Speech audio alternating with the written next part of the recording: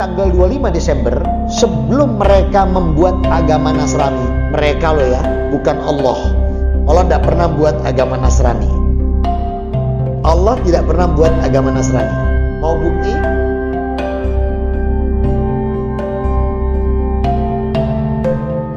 Nah, oleh karena itu, apa sih benar tanggal 25 Desember?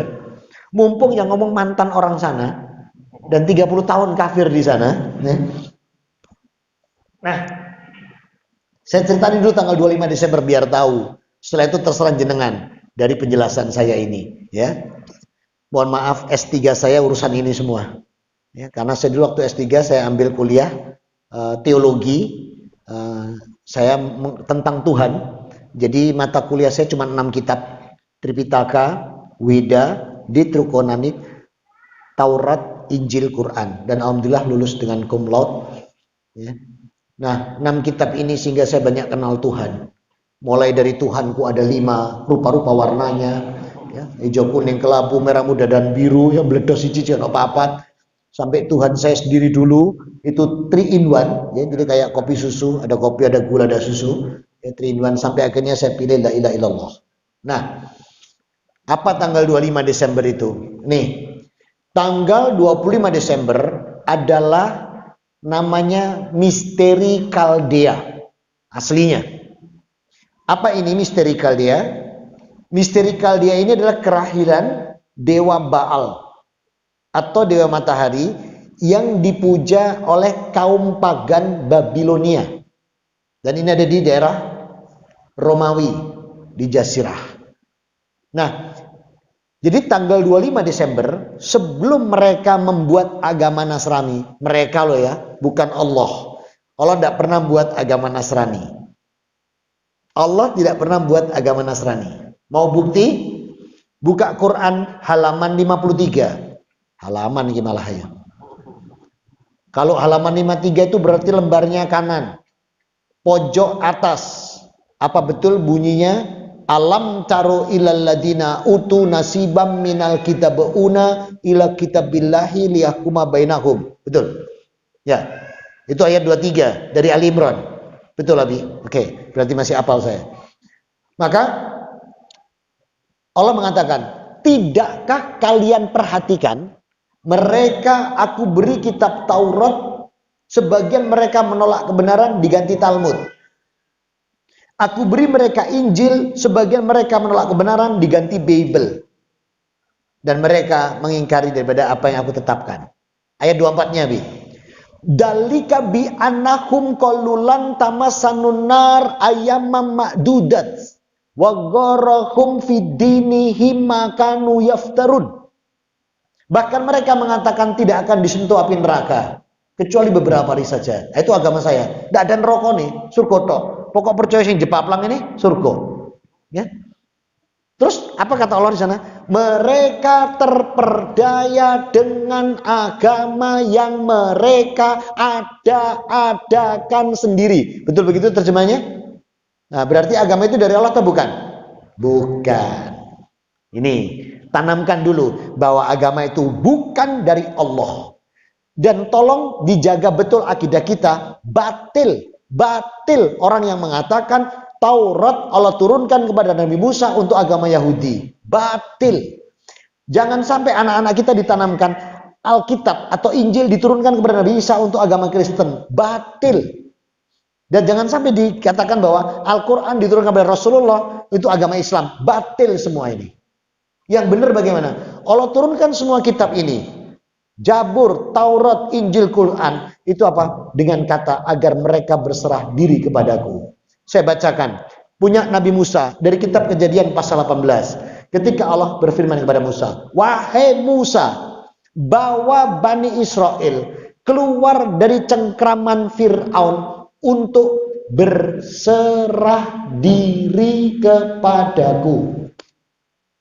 Lihat Yohanes pasal 16. Gak duwe sampean.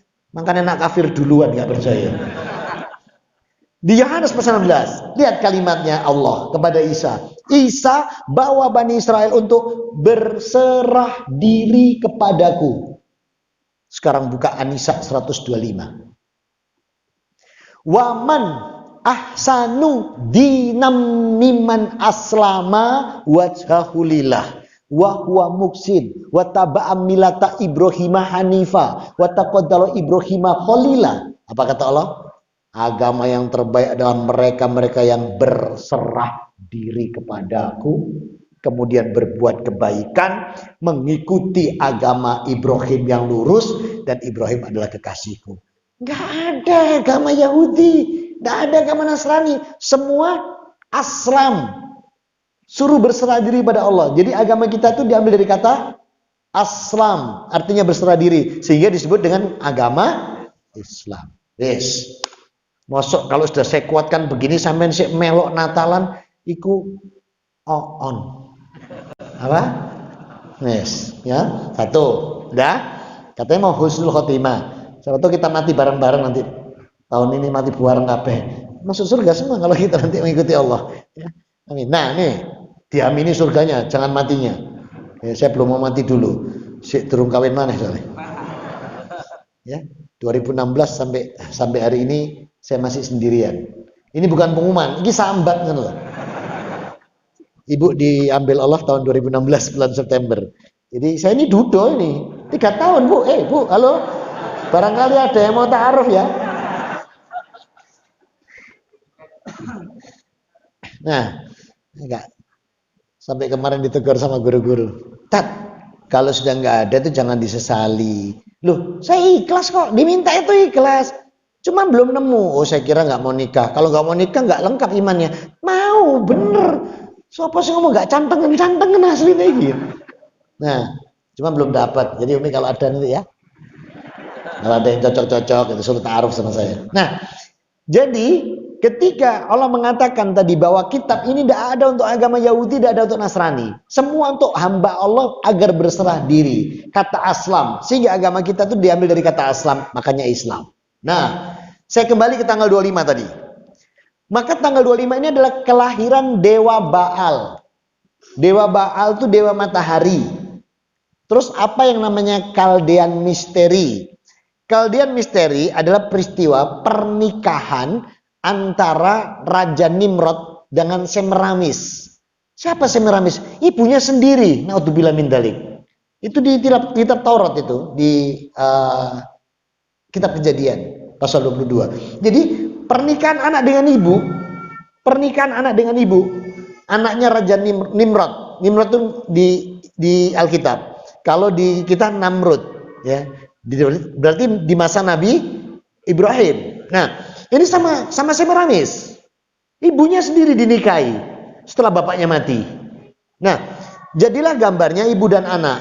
Ini Namrud, ini ibunya. Di Eropa, di Roma sudah terjadi peristiwa itu, dirayakan. Jadi selain kelahiran Dewa Matahari ada proses dengan ibu dan anak. Supaya Kristen bisa masuk di Roma, mereka juga pakai lambang yang sama. Nabi Isa sama Maryam, ibu dan anak. Lah kok saiki digawe BKKBN gitu. Gak dia yang lambangnya podo.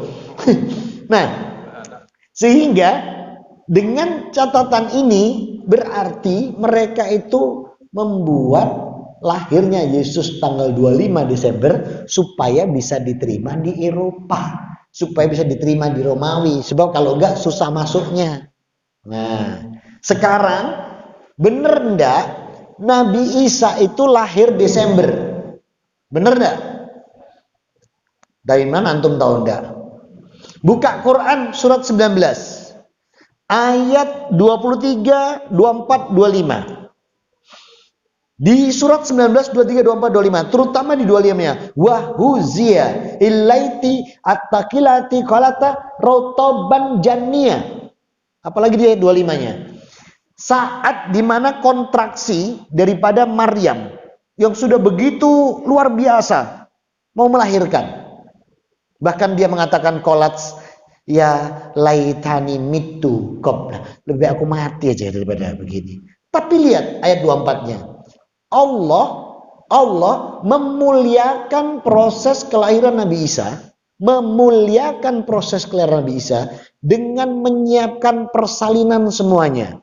Anak sungai disiapkan untuk persalinan, Pohon kurma yang memang sudah matang, waktunya matang, disiapkan Allah. Jadi kalimat kalau kita memuliakan kelahiran Nabi Isa itu bukan ikut perayaan Natalnya. Jangan salah.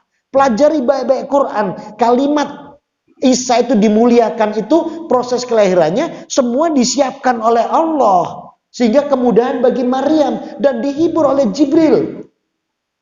Ini maknanya kemuliaan lahirnya Nabi Isa. Wis ngono dilebokno kandang, gak di kandangnya sapa? Nah, matangnya kurma bulan apa? Juni, Juli, Agustus sampai September. Berarti kalau mereka bilang Yesus lahir Desember, ada dua kemungkinan. Kemungkinan pertama, mereka berbohong, dipindah ke Desember. Kemungkinan yang kedua, kurma iki ndable. Dikongkon wah Juli, Agustus, September tetap wah Desember. Berarti kurma iki bedhi. Nah, kira-kira yang cocok ini kurma iki dua blok bedhi atau mereka sing bujui? Yo, sampean jawab bener padahal mereka yang bujui. Ngono melok Natal. Gitu. Makanya malaikat ngomong hari iki on atau ya apa gitu loh. Kita tahu secara akidah dari Quran kita bahwa dalam sejarah Nabi Isa tidak lahir di bulan Desember. Sebab tidak masuk akal kurma matang di bulan Desember. Ini menurut sejarah